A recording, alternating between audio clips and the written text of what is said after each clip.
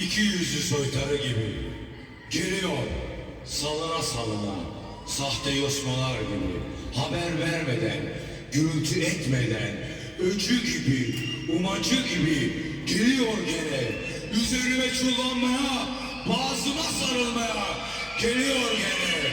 Öhö öhö öhö, öksürük geliyor. Öhö öhö, melun öksürük. Öhö, öksürük. Tıs. Ve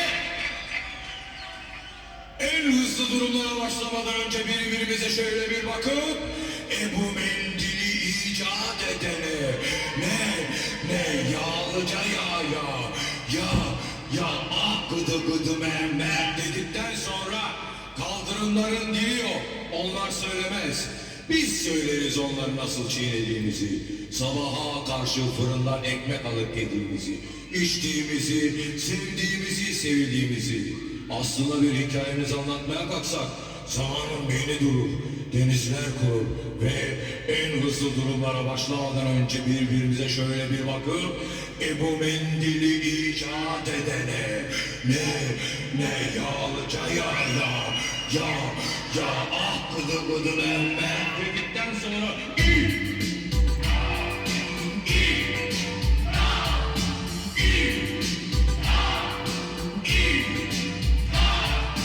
tuzlu olsun, buzlu olsun, tuzlu olsun, buzlu olsun, illaki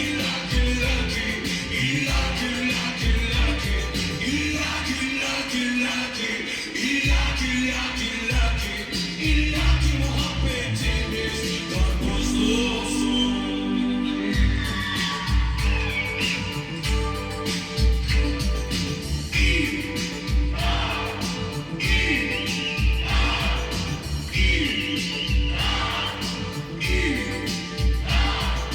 Sulu olsun, susuz olsun, sulu olsun, susuz olsun.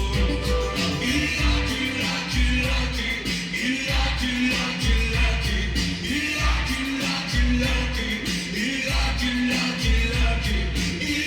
muhabbetiniz şalgamlı olsun.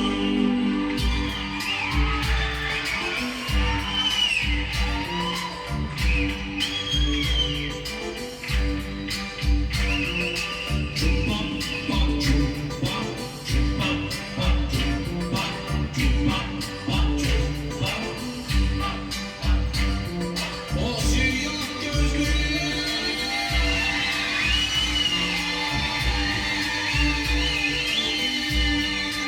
bir noktaya bakar durur.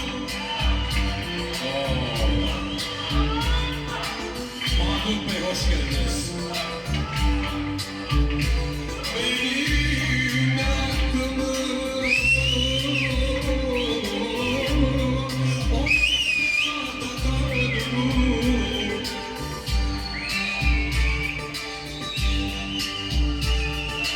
Yaktın yıktın küleyledin imanımı sen benim.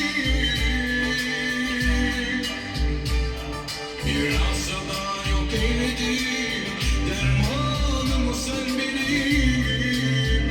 Sen benim, ben seninim, ben seninim. İşte öyle, şimdi böyle, işte öyle, şimdi böyle.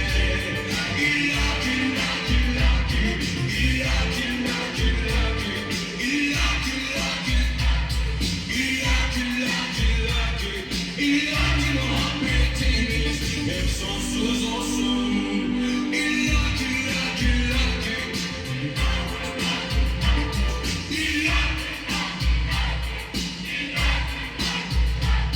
İllaki muhabbetimiz hep sonsuz olsun.